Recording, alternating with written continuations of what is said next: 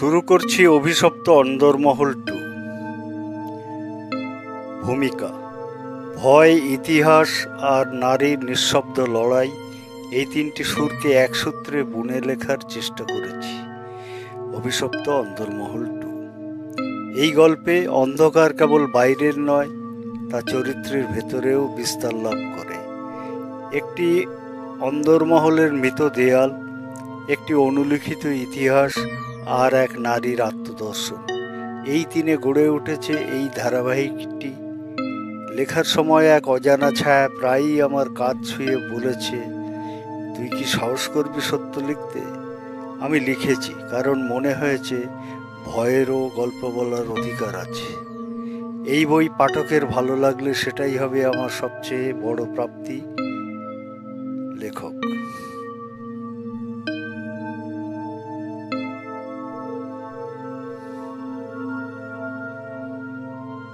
দাহঘরের দরজা। শ্রেয়সী পা রাখল অন্দরমহলের পেছনের পুরনো দাহঘরে, যেখানে কেউ যায় না বহু বছর ধরে। গ্রামের মানুষ বলে, সন্ধ্যের পর এদিকে তাকিও না, চোখ ফিরতে দেবে না। কিন্তু শ্রেয়সী ছিল কলকাতার মেয়ে, যুক্তি ও যুক্তিবাদীর ছাত্রী। পুরনো রাজবাড়ির ইতিহাস জানতে এসেছে সে এক গবেষণার সূত্রে। দাহঘরের দরজাটা ঠেলে ঢোকার সময় একটা সোদা পোড়া কাঠ আর ধাতুর গন্ধে নাক কুঁচকে গেল। ঝুলে পড়া টিনের ছাদ আর ভাঙাচোরা ইটের দেওয়ালের ফাঁকে যেন একটা চাপা কান্না আটকে ছিল বাতাসে। দেয়ালের কোণার দিকে হঠাৎ তার চোখ পড়ল একটা ধুলো ঢাকা লোহার ট্রাপডোর। বহু পুরনো জং ধরা, তার মাঝখানে একটা পীতবর্ণ প্রতীক, যেটা সে আগে কোনোদিন দেখেনি। হাত বাড়িয়ে ধীরে ধীরে ঠেলে খুলতেই হঠাৎ কেমন একটা ঠান্ডা হাওয়া উঠে এলো নিচ থেকে। বাতাস যেন নিঃশ্বাস নিচ্ছে কারো হয়ে, কিন্তু কেউ নেই। সে নিচে নামলো, মোবাইলের আলো সামনে ধরে। সিঁড়ি বেয়ে নামতেই কণ্ঠ শুকিয়ে গেল। দেওয়ালের গায়ে পোড়া হাতের ছাপ, যেন কেউ আগুন থেকে বেরোতে চেয়েছিল কিন্তু পারেনি। একটা আতপোড়া কাঠের চৌকি, কিন্তু তার ঠিক পাশে একটা পুতুল। চোখ নেই, মুখ গলিত, তবু শ্রেয়সী যেন বুঝতে পারল পুতুলটা তাকিয়ে আছে তার দিকেই। হঠাৎ পেছনে পায়ের আওয়াজ, সে ঘুরতেই আলো নিভে গেল। নিস্তব্ধতা কেটে কেউ ফিসফিস করে উঠল, তুইও পড়বি, তোরও পালা আসবে। পর্ব 2, ছায়ার শরীর। অন্ধকারে শ্রেয়সী দাঁড়িয়ে, মোবাইলের আলো নিভে গেছে। নিঃশ্বাস ভারী হয়ে এসেছে, যেন এই ঘরে বাতাসের জায়গা নেই, শুধু অতীতের দীর্ঘশ্বাস। হঠাৎ মুঠোফোনের আলো টিপে আবার জ্বালাতে গিয়ে সে দেখল পুতুলটা আর আগের জায়গায় নেই। চৌকির পাশে যে পড়েছিল সেটা এখন অনেক দূরে, দেয়ালের এক কোণে বসে, এক পাশে কাত হয়ে। কিন্তু কে সরালো পুতুলটা? দেওয়ালের ছায়ায় তখন একটা অবয়ব দেখা গেল। কোনো মানুষ নয়, কিন্তু মানুষের মতোই কিছু। গায়ের ছায়া নয়, ছায়ার শরীর। তা ধীরে ধীরে চলে গেল এক গোপন দরজার দিকে, যেটা শ্রেয়সী আগে খেয়ালই করেনি। ভয়ে কাঁপতে কাঁপতে সে দরজার কাছে গেল। হাত রাখলেই সে অনুভব করলো দরজাটা গরম, অস্বাভাবিক গরম, যেন ওপারে আগুন জ্বলছে। দরজার ফাঁক দিয়ে একটা শীতকার ভেসে এলো, কান্না, চিৎকার আর অচেনা ভাষায় আওড়ানো মন্ত্র। হঠাৎ মাটিতে একটা শব্দ, ঝপ। পেছনে তাকিয়ে সে দেখলো ট্রাপডোর দিয়ে কেউ যেন নামলো, কিন্তু ওপরে তা কেউ ছিল না। মুঠোফোনের আলো হঠাৎই নিজে নিজে বন্ধ হয়ে গেল। অন্ধকারে একটানা কণ্ঠস্বর, শ্রেয়সী, তুমি আবার এসেছো, ঠিক তোমার দিদিমার মতো। সে জানতো না তার পরিবারেরই কেউ এই দাহঘরের ইতিহাসে জড়িয়ে আছে, আর সেই ইতিহাস তাকে ছাড়বে না এত সহজে। পর্ব 3, আগুনের মন্ত্র। তোমার দিদিমার মতো, এই কথাগুলো যেন গায়ে কাটার মতো বিঁধে গেল শ্রেয়সীর। সে তো কখনো দিদিমার মুখে এই দাহঘরের কথা শোনেনি। দিদিমা সবসময় কোনো এক রহস্য এড়িয়ে যেতেন, যেন অতীতের কিছু ভয়ঙ্কর স্মৃতি চেপে রাখতেন গভীরে। অন্ধকার ঘরে শ্রেয়সী আবার মোবাইলের আলো জ্বালানোর চেষ্টা করল। এইবার জ্বলল। চারপাশে তাকাতেই তার চোখ পড়ল দেওয়ালের এক কোণে কালিঝরা একটি কাঠের বাক্সর উপর এক পুরনো ছবি। ছবিতে এক তরুণী, একেবারে তার দিদিমার মতো দেখতে, কিন্তু বয়স অনেক কম। ছবির নিচে লেখা ভাগ্যশ্রী 1947। হঠাৎ কক্ষের একদিক থেকে হাওয়ার ঝাপটা এসে সব কিছু এলোমেলো করে দিল। বাক্সটা উল্টে পড়ল, আর তার ভেতর থেকে বেরিয়ে এলো পুড়ে যাওয়া একখণ্ড পুরনো কাগজ। তাতে আঁকা এক মন্ত্র, কিছু সংস্কৃতের শব্দ, আর এক পাশে আঁকা আগুনের প্রতীক, যার চারপাশে ছায়ার মুখ। ঠিক সেই সময় ঘরের ভেতর থেকে আবার সেই ছায়ামূর্তির ফিসফিসানি। মন্ত্র পড়লেই আগুন জাগে, আর আগুনে জেগে ওঠে সে, যে আজও দাহ হয়নি। শ্রেয়সীর গলা শুকিয়ে এলো। মন্ত্রের শব্দ ধীরে ধীরে কানে বেজে উঠতে লাগলো, যেন দেয়াল থেকেই কেউ পড়ছে, অগ্নিম নমঃ প্রেত বিন্দু সংযোজয় কায়ম নিঃশেষং দাহয় দাহয়। ঘর কেঁপে উঠল, দেওয়ালের ফাটলে আগুনের রেখা ছুটে উঠল, যেন কেউ আবার জেগে উঠেছে ভেতর থেকে। এতদিনে চেপে রাখা ইতিহাস, আগুনের পোড়া মন্ত্র, আর সেই ছায়ার শরীর, সব যেন একসাথে ফিরে এসেছে শ্রেয়সীর কাছে একটি অজানা উত্তর চাওয়া নিয়ে। পর্ব 4, ভাগ্যশ্রীর আত্মদহন। ভাগ্যশ্রী 1947। শ্রেয়সী সেই নামের দিকে তাকিয়ে রইল অনেকক্ষণ। দিদিমার মুখে এই নাম সে একবার শুনেছিল ছোটবেলায়, যখন এক গভীর রাতে দিদিমা ঘুমের ঘরে ফিসফিস করে কাঁদছিলেন, আমি চাইনি ওর এমন হোক, আমি চাইনি। ছবিটার চোখ যেন তাকে ডাকছিল, পেছন থেকে যেন একটা কণ্ঠস্বর বলছিল, শোনো শোনো সবটা। হঠাৎ দেওয়ালের ফাটলের ভেতর থেকে হালকা আগুনের আলো ছড়িয়ে পড়ল, আর তার সঙ্গে সঙ্গে যেন চোখের সামনে গড়ে উঠল এক ভয়ানক দৃশ্য। রাজবাড়ির সেই দাহঘরে লোকে গাদাগাদি করে জড়ো হয়েছে, মধ্যিখানে অগ্নিকুণ্ড, আর তার সামনে একজন মেয়েকে টেনে আনা হচ্ছে। তার মুখ ঢাকা, হাত বাঁধা, চিৎকার করে কাঁদছে সে, আমি বাঁচতে চাই, আমি তো প্রেম করেছিলাম শুধু। চারিদিকে লোকেরা জপছে সেই আগুনের মন্ত্র, যেটা শ্রেয়সী একটু আগেই দেখেছিল। আগুন জ্বলে উঠেছে উঁচু হয়ে, আর সেই মেয়েটি ভাগ্যশ্রী, যাকে অপবিত্র আখ্যা দিয়ে জীবন্ত দাহ করা হয়েছিল, সে শ্রেয়সীর দিদিমা। কিন্তু কেন কেউ তা বলেনি কখনো? হঠাৎ সেই দৃশ্য ভেঙে গেল।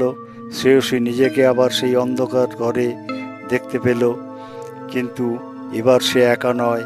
পেছনে ছায়ার শরীরটা দাঁড়িয়ে, আগুনের আভায় তার মুখটা স্পষ্ট, এক চেহারা, ভাগ্যশ্রীরই মুখ। ছায়া কাপা গলায় বলল, তুমি ফিরেছ আমার শেষ কাজটা শেষ করতে। ওরা সবাই এখনো এখানে আছে আগুনের ভেতরে, আর আমি বন্দী, আমার প্রতিশোধ বাকি।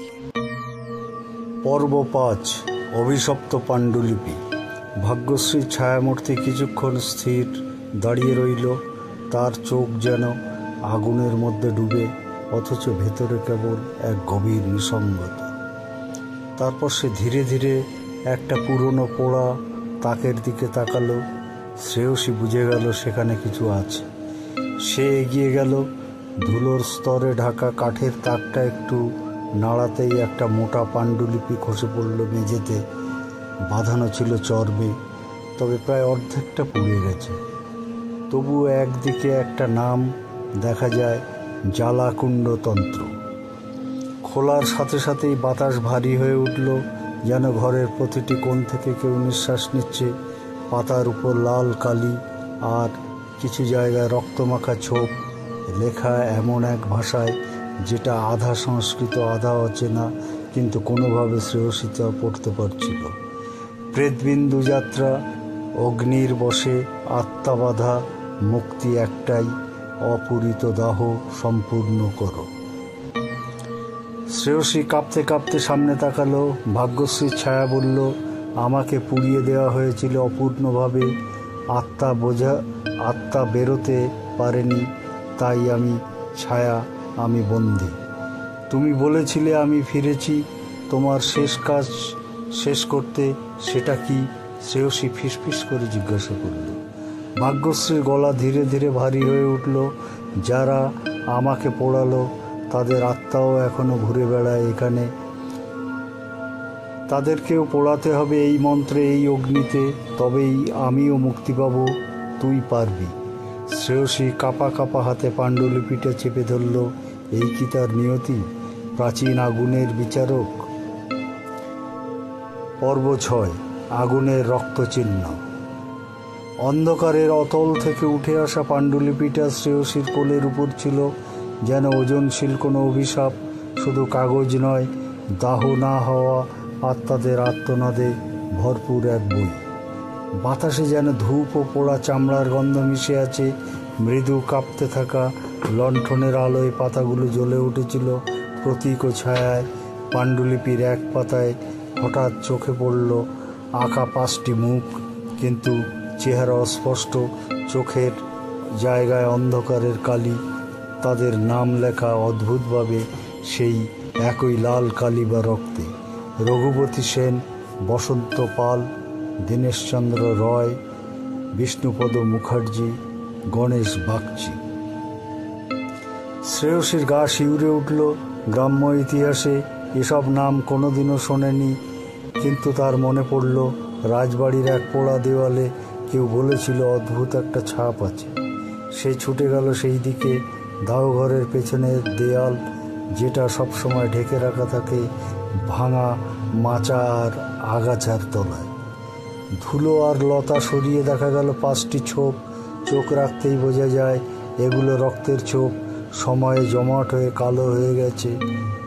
ছোপের নিচে আগুনের মতো একটা চিহ্ন এবং ছোট করে খোদাই করা লেখা, দাহ অসম্পূর্ণ, বিচার অসম্পূর্ণ। আকাশে তখন কড়কড়ে মেঘ, হাওয়া গর্জে উঠল। হঠাৎ যেন আশপাশের গাছপালা, বাতাস, এমনকি সময়ও স্তব্ধ হয়ে গেল। দেওয়ালের ছায়া লম্বা হয়ে 5টি চিহ্নের গায়ে নাচতে লাগলো। শ্রেয়সী অনুভব করল তারা ফিরে আসছে। 5 জন। তাদের আগুন এখনো নিভে যায়নি, আর তারই সামনে দাঁড়িয়ে থাকবে ভাগ্যশ্রীর প্রতিশোধ। পর্ব 7। 5 চিতা, 1 আগুন। রাত্রির গভীরতা যেন এক অদৃশ্য ফাঁদ। অন্দরমহলের আকাশের তলায় শ্রেয়সী দাঁড়িয়ে। সামনে 5টি ছোপ, রক্ত না ছায়া বোঝা যায় না। বাতাস নিঃশ্বাস নিচ্ছে, যেন পাণ্ডুলিপির পাতা থেকে মন্ত্র উঠে মিশে গেছে আকাশে। হঠাৎ একটানা ঘণ্টার ধ্বনি। না, কোনো মন্দির নেই এখানে, তবু সেই শব্দ যেন শ্মশানের প্রহর ঘোষিত হচ্ছে। শ্রেয়সী ধীরে ধীরে হাত রাখল দেওয়ালের সেই প্রতীকগুলোর উপর। গায়ে কেমন বিদ্যুৎ খেলে গেল। এক একটি নামের নিচে অদৃশ্য আগুন যেন জ্বলে উঠছে। চোখ বন্ধ করতেই দেখতে পেল 5টি চিতা, 5টি শরীর, আর মাঝখানে ভাগ্যশ্রীর পুড়ে যাওয়া মুখ। তার চোখে আগুন নেই, আছে শুধু একটি প্রশ্ন, তুমি পারবে তো? হঠাৎ পাণ্ডুলিপির মলাট খুলে গেল নিজে নিজেই। ভেতরের পাতায় আগুনের প্রতীক ফুটে উঠল আগুন ছাপের মতো। তার নিচে লেখা, যে অন্যায়ের আগুন বেঁচে থাকে সেই আগুনেই শেষ হয় বিচার। 5 দেহে 1 আত্মা, 1 শিকা। মন্ত্র জ্বললে ছায়া খুঁজে পায় ছায়ার পরিণতি। শ্রেয়সীর গলা শুকিয়ে আসে, কিন্তু হাত তার কাঁপছে না। সে জানে এই আগুন শুধুই প্রতিশোধ নয়, এটি একটি পবিত্র দাহ, এক দাগ যা সময়ের উপর পড়েছিল, তাকে মুছে দিতে হবে আগুন দিয়ে। তার গলা থেকে বেরিয়ে এলো মন্ত্রের প্রথম পংক্তি, অগ্নিম নমঃ প্রেতবিন্দু সংযোজয়, 5 নামে 1 দাহ। আকাশ ফেটে বিদ্যুৎ চমকালো, বাতাস ছিন্ন হলো, দেয়ালের ছায়াগুলো উঠে দাঁড়ালো যেন 5 পুরুষ আগুনের মুখোমুখি। শ্রেয়সী অনুভব করল এই চিতার জ্বালা শুধু মৃত্যুর জন্য নয়, এ এক রূপক বিচার, আগুনের হাতে লেখা চূড়ান্ত রায়। পর্ব 8। অঙ্গারে ফিসফাস, চোখে ধোয়া, নাকে পোড়া কাঠ আর শরীরের গন্ধ, বাতাস ভারী, যেন তুষের চাদরে ঢাকা এক মৃতপ্রায় দিগন্ত। শ্রেয়সী চিতার শিকার পাশে দাঁড়িয়ে, 5টি ছায়ামূর্তি জেগে উঠেছে আগুনের রেখার ভেতর। তারা নড়ছে না, তবু প্রতিটি শ্বাস, প্রতিটি স্পন্দন যেন শতাব্দীর বেদনার প্রতিধ্বনি। তার মাথার ভেতর মন্ত্র বাজছে আগুনের মতোই, দা হয় প্রেত বিন্দু, যাত্রা সমাপ্ত করো। হঠাৎ একটি ছায়া ভেঙে পড়ল, তাতে মুখ ফুটে উঠল আগুনের ছায়ায়। চোখ দুটি ফাঁকা, কিন্তু ঠোঁট কাঁপছে, আর সেই ঠোঁট থেকেই ভেসে এলো প্রথম ফিসফাস, আমরা তো একা ছিলাম না। শ্রেয়সীর বুক কেঁপে উঠল। তুমি কে? সে ফিসফিস করে জিজ্ঞাসা করলো। ছায়ামুখটা থেমে থেকে বলল, আমরা যারা দাহ করেছিলাম তারা 5 জন ছিলাম মাত্র বাহক। আদেশ এসেছিল উপর থেকে, আর সেই একজন, সেই ষষ্ঠ ছায়া আজও এখানে আছে। সে ছিল বিচারক, সেই আসল অভিশাপ। আকাশ কালো হয়ে এলো, আগুনের শিখা হঠাৎ ঝিমিয়ে পড়ে, ফিনিক্সের ডানার মতো জ্বলে উঠল আবার, আর তার রং লাল থেকে ঘন নীল হয়ে গেল। শ্রেয়সীর চারপাশের পটভূমি যেন গলে যেতে লাগলো। অন্দরমহলের দেয়ালগুলো অদৃশ্য, আর তার বদলে চারিদিকে গড়ে উঠল এক নতুন দৃশ্য। এক বিচার সভা, মাঝখানে বসে আছে এক পুরুষ, চোখ ঢাকা, গায়ে গেরুয়া কাপড়, কপালে তিলক, মুখটা অস্পষ্ট, কিন্তু তার হাতের আঙুলে যে আংটি, সেই আংটি তার দাদু। শ্রেয়সী কেঁপে উঠল। সে কি সত্যিই নিজের পরিবারের কারোর মুখোমুখি হতে চলেছে? ফিসফাস আবার এলো। জ্বলন্ত অঙ্গার থেকে কখনো কখনো ছাই নয়, ইতিহাস বেরোয়। এখনো সে সময় আছে, মন্ত্র সম্পূর্ণ করো, নইলে তুমি নিজেই হবে ষষ্ঠ ছায়া। পর্ব 9, ছায়ার আঙুলে রক্তের আংটি। আকাশ যেন স্তব্ধ, অন্ধকার এত ঘন যে বাতাসে হাত রাখলে ছায়াও ছুঁতে পারে না। শ্রেয়সী পাণ্ডুলিপি জড়িয়ে ধরে দাঁড়িয়ে, সামনে আগুনের 5টি রেখা দপদপ করছে, তবে এখন আগুন নয়, আলো জ্বলছে শীতল নীলচে রঙে, যেন মৃত আত্মাদের দৃষ্টি। সে এগিয়ে যায়, প্রতিটি পদক্ষেপ যেন মহাশ্মশানে পড়া শব্দহীন ধ্বনি। হঠাৎ শুকনো পাতার নিচে তার চোখে পড়ে একটা আঙুল। না, কোনো মৃতদেহের নয়, এটি যেন ছায়া দিয়ে গঠিত, তবু তার মাথায় জড়িয়ে আছে এক চিলতে রক্ত, আর সেই আঙুলে পরা একটি আংটি। শ্রেয়সীর বুক ধড়াস করে উঠল। দাদুর আংটি, যেটা তার দাদা মৃত্যুর আগে একদিন রহস্যময়ভাবে বলেছিল ওটা যেন কেউ না ছোঁয়ে। সে আঙুলের দিকে তাকিয়েই বুঝল এই আংটি কোনো এক অভিশপ্ত সংকেত। হঠাৎ আঙুলটা নিজে থেকে নড়ল, মাটির উপর লিখল একটি অদৃশ্য শব্দ, তুমি অনেক দেরি করে ফেলেছ। শ্রেয়সী পেছন ঘুরে তাকালো। 5টি ছায়া হঠাৎই মুছে গেছে, তাদের জায়গায় দাঁড়িয়ে আছে একটিমাত্র অবয়ব। তার মুখ অস্পষ্ট, কিন্তু তার চারপাশ জ্বলে উঠেছে আগুনের ভাষায় লেখা এক লাইন, বিচারক ফিরে এসেছে। শ্রেয়সীর গলার স্বর বন্ধ হয়ে এলো, হাওয়া ঘন হয়ে গেছে, প্রতিটি নিঃশ্বাসে যেন কেউ টেনে নিচ্ছে তার প্রাণ। পাণ্ডুলিপি পাতা উল্টে চলেছে নিজের ইচ্ছায়। এক পৃষ্ঠায় রক্তের ছোপের মাঝে লেখা, যদি তুমি পিছু হটো তাহলে ষষ্ঠ ছায়া হবে তুমি, যদি তুমি এগিয়ে যাও তাহলে এই বিচারকের রক্ত তৃষ্ণা জাগবে। কারণ একমাত্র রক্তই মুছে দিতে পারে পুরনো আগুনের স্মৃতি। আর তখনই অন্ধকারের ভিতর থেকে শোনা গেল সেই গলা, কর্কশ কিন্তু ভয়াবহভাবে পরিচিত। শ্রেয়সী, নাতনি আমার, আমি তো শুধু রক্ষা করতে চেয়েছিলাম রাজবংশের নাম। আজ তুই আমার সামনে দাঁড়িয়ে কিসের বিচার করতে এসেছিস? শ্রেয়সী জানে এই বিচার আর ছায়ার নয়, এই তার নিজের রক্তের ভেতরে লুকিয়ে থাকা অভিশাপের। এই অন্ধকারে এখন শুধু আগুন নয়, এক বিশুদ্ধ আত্মত্যাগ চাই। পর্ব 10, রক্ত পিপাসু আঙুল ও অন্ধকারের শপথ। ভোর আসেনি, অথচ পাখির ডাক নেই। হাওয়ার ছোঁয়া নেই, এমনকি কোনো শব্দ নেই পৃথিবীর। শ্রেয়সী হাঁটু গেড়ে বসে আছে পাণ্ডুলিপির পাশে। আঙুলের ছোঁয়ায় আগুনের রেখাগুলো নিভে গেছে, কিন্তু বাতাসে এখনো ধোঁয়ার চুম্বকীয় গন্ধ। তার সামনে দাঁড়িয়ে থাকা অবয়বটি এখনো স্পষ্ট, তার দাদু বিষ্ণুপদ রায়। তবে এটি সেই দাদু নয় যে তার চুলে বিলি কেটে দিতেন। এই দাদুর চোখে আলো নেই, কপালে আগুনের দাগ আর ঠোঁট ফাটা, যেন প্রতিটি কথার নিচে চাপা আছে শত বছরের গোপন পাপ। তুই যদি এগিয়ে যাস তবে আমি নিঃশেষ হব, কিন্তু মনে রাখিস, আমি শুধু অপরাধী নই, আমি অভিশপ্ত রক্ষাকর্তা। শ্রেয়সীর চোখ ছলছল করে উঠল, তবু সে পাণ্ডুলিপির শেষ পাতায় চোখ রাখল। সেখানে লেখা, যে উত্তরাধিকার বহন করে আগুন, তার রক্ত দিয়েই মুছে যায় পূর্বপুরুষের গ্লানি, যদি সে নিজেই ছায়া না হয়। হঠাৎ তার নিজের ডান হাতের আঙুলে কেটে গেল।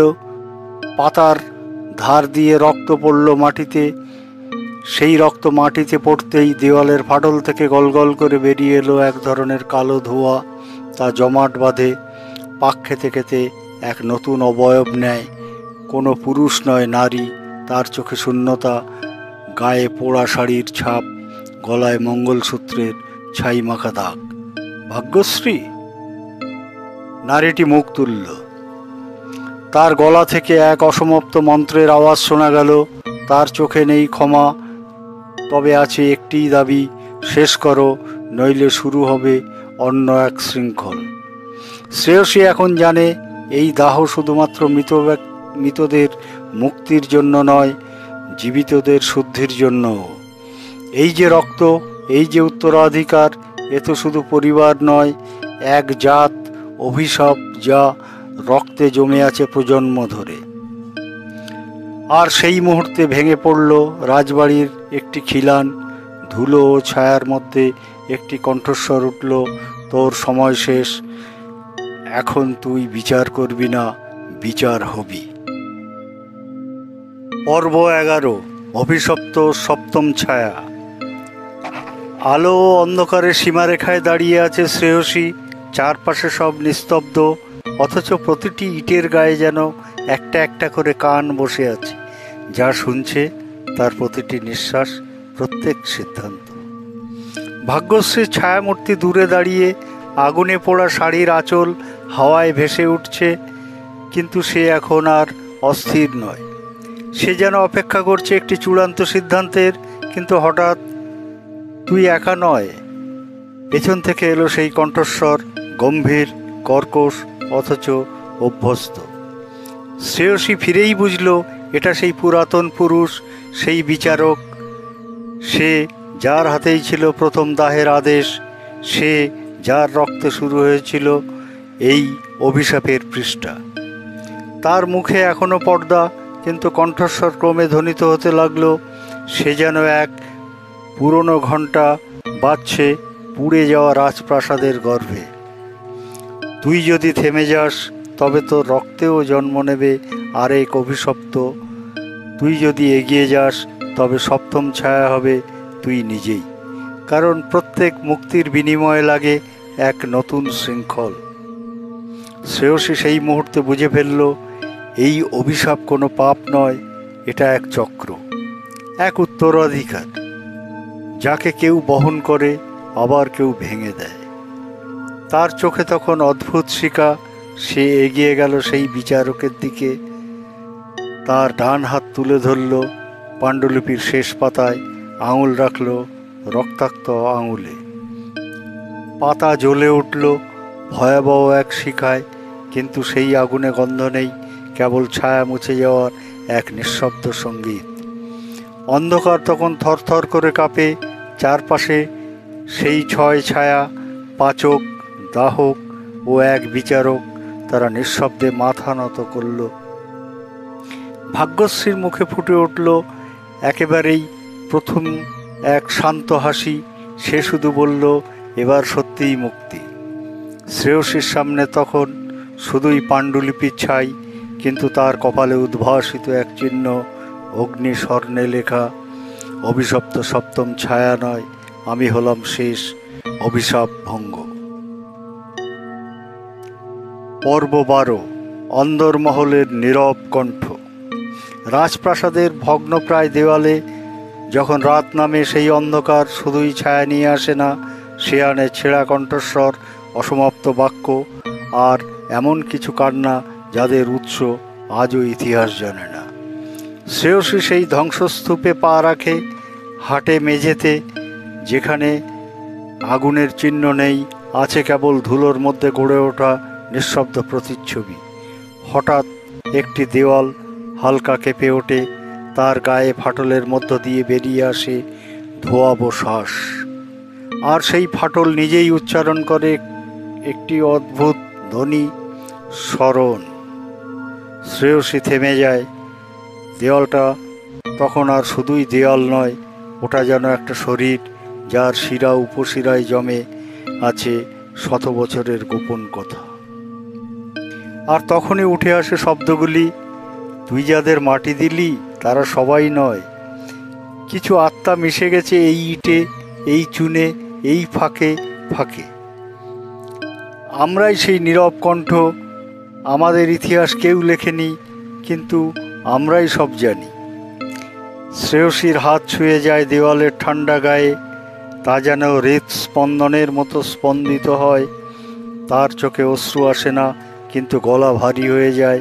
তার মনে পড়ে যায় প্রাসাদের পেছনের সেই গোপন ঘর, যেখানে এক সময় মহারানীদের মৃত্যু ঘটানো হতো অভিজাততার নামে, যার দরজা বন্ধ থাকতো রূপোর তালায়, আর প্রতিটি মৃত্যুকে বলা হতো উৎসর্গ। সে বুঝে যায় এই দেওয়াল তাকে শুধু পথ দেখাবে না, এটি তাকে সত্যের সবচেয়ে নিষ্ঠুর দরজাটার সামনে দাঁড় করাবে।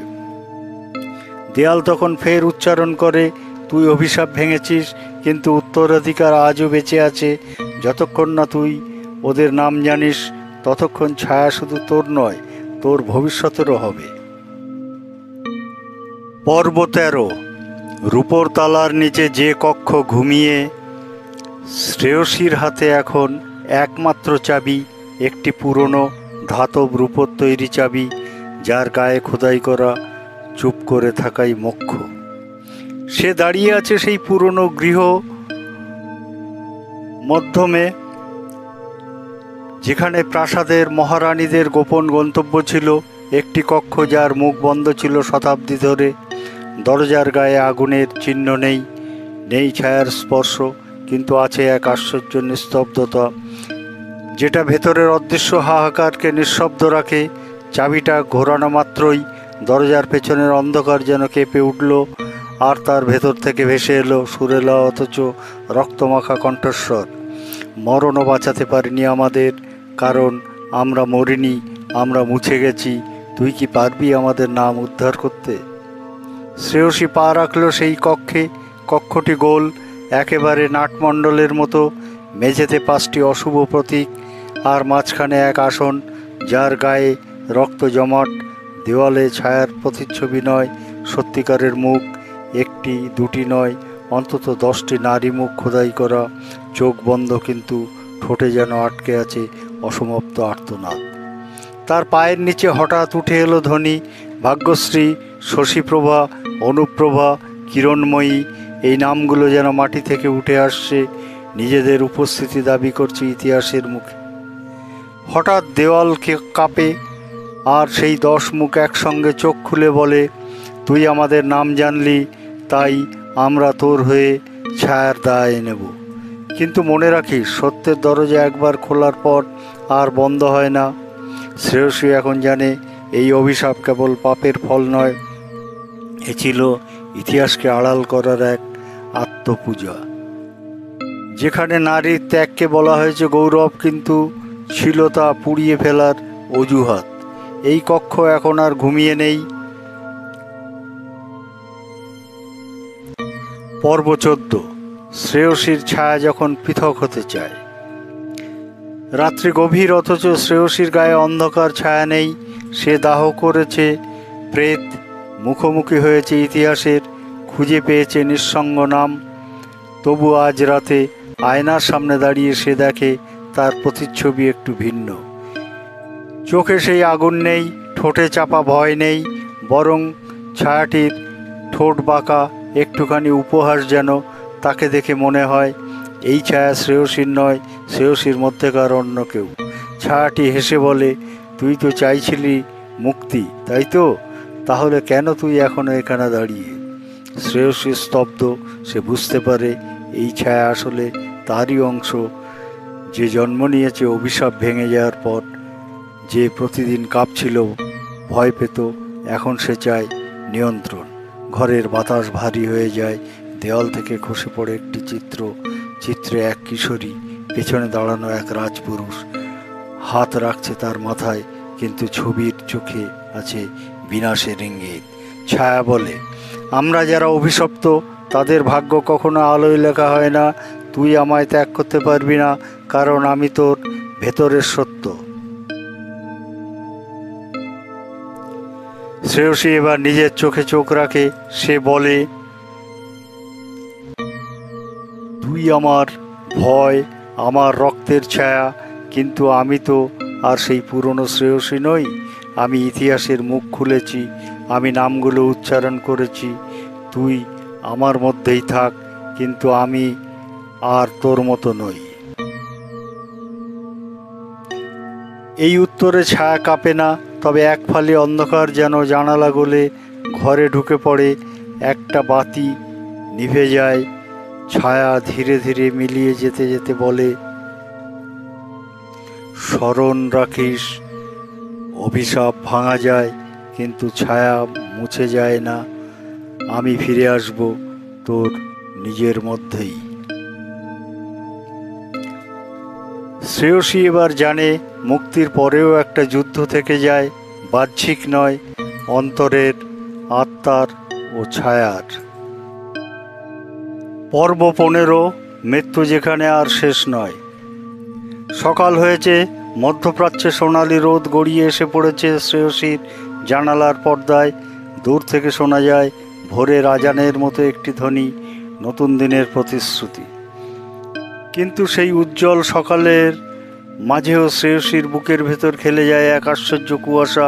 সে জানে যা ছিল কাল রাত্রি তা কখনো সত্যিকার সকাল পর্যন্ত ঘুমায় না। ডাকপিয়ন এসে রেখে গেল একটি খাম, লাল মসৃণ আর ভারী। তাতে কোনো প্রেরকের নাম নেই। খামের মুখ বন্ধ করা মোমে একটি অদ্ভুত ছাপ, এক অর্ধচন্দ্রের ভেতর এক নারী মুখ, চোখে কালো ফোঁটা। শ্রেয়সী ধীরে খুলে দেখে এক পৃষ্ঠা চিঠি লেখা, আমি সে, যে তোর মুখে নাম আসেনি। আমি সে, যার জন্য দাহ হয়েছিল আত্মা নয় পরিচয়। তুই ভাবছিস সব শেষ? না, তুই এখন শুরু করেছিস আমাদের ইতিহাস লিখতে। আমি আসছি তোর পাশে দাঁড়িয়ে ইতিহাস বদলাতে, অথবা তোকে ইতিহাস বানাতে। চিঠির নিচে লেখা একটিমাত্র নাম, শান্তিসুন্দরী। শ্রেয়সীর মাথার ভেতর বাজে ঘণ্টার ধ্বনি। সে জানে না শান্তিসুন্দরী কে, তবে মনের গহীনে যেন একটা ঠান্ডা বাতাস প্রবাহিত হয়। কেউ যেন তার ঘাড়ের ঠিক পেছনে নিঃশ্বাস ফেলছে নিঃশব্দে। 3 দিন পরে রাজপ্রাসাদের পুরনো দলিল ঘাঁটতে গিয়ে এক ছেঁড়া পাতায় সে দেখতে পায় সেই নাম, মহারানী শান্তিসুন্দরী দেবী। সাথে শুধু একটি লাইন, তার মৃত্যু ঘোষণা করা হয়, কিন্তু দাহ হয়নি। কক্ষটি আজও বন্ধ। শ্রেয়সীর চোখ বড় হয়। একই সেই রূপোর তালার উপরে আরেক ইতিহাস। হয়তো মৃত্যুর থেকেও শক্তিশালী কিছু এখনো ঘুমাচ্ছে, আর সেই ঘুম ভাঙতে চলেছে। পর্ব 16, ঘুম ভাঙলে যে রাজ রক্ত চায়। রাত নামলে অন্দরমহলের দেওয়াল আর নিঃশব্দ থাকে না। শ্রেয়সী এখন জানে ইতিহাস শুধু অতীতের নয়, তা ভবিষ্যতেরও পিপাসু। চিঠির পর থেকে তার নিদ্রা ভেঙে যায় মাঝরাতে। আয়নায় দেখা যায় সেই অচেনা মুখ, যার চোখে আঁকা রক্তের রেখা আর ঠোঁটে পুঞ্জীভূত নীরব হুকুম, রাজ রক্ত চাই। শ্রেয়সী এখন জানে মহারানী শান্তিসুন্দরী মারা যাননি, তিনি অদৃশ্য হয়েছেন। কারণ তার অভিপ্রায় ছিল ইতিহাসকে শুদ্ধ করা, অথচ ইতিহাস তাকেই মুছে দিয়েছে। আজ সেই ঘুম ভেঙেছে। এক রাতে মহলের ভেতরে শ্রেয়সী দেখে প্রাচীন আসবাবের ফাঁক দিয়ে সাদা শাড়ি পরা এক নারী হাঁটছে। মাথা নিচু, পায়ে নুপুর নেই, তবু প্রতিটি পদক্ষেপে মেঝে কেঁপে ওঠে। সে এগিয়ে আসে শ্রেয়সীর দিকে। চোখ তোলা মাত্র শ্রেয়সী দেখে সেই মুখ, সেই মুখই যা ছিল রূপোর তালার উপরে আঁকা ছায়া। চোখে শূন্যতা, ঠোঁটে পাথরের মতো এক বাক্য, তুই রাজবংশের উত্তরসূরি, তোকে চাই, কারণ তোর রক্তেই লেখা ছিল আমার প্রতিশোধ। শ্রেয়সী অবাক হয় না, কেবল ফিসফিস করে বলে, তুমি শান্তি সুন্দরী?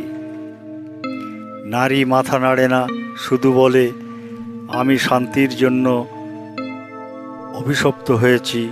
আমার মৃত্যুর প্রহর গণেনি কেউ, কারণ আমি জাগতেই চাইনি। আমি চেয়েছিলাম ইতিহাসকে নিজের হাতে শেষ করতে। এখন তুই লিখবি শেষ অধ্যায়, কিন্তু তার আগে তোকে রাজ রক্ত দিতে হবে।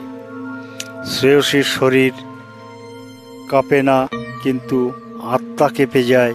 সে জানে এ রক্ত দেহের নয়, চেতনার, সাহসের আর সত্যকে ধারণ করার রক্ত। তখনই শান্তি সুন্দরী বলে, একটি পাণ্ডুলিপি আছে যা আজও লুকানো প্রাসাদের নিচে। সেখানে লেখা আছে সব নাম, সব গোপন ইতিহাস। তুই চাইলে পেতে পারিস, কিন্তু মনে রাখিস, যে তা পড়বে সে আর আগের মতো মানুষ থাকবে না।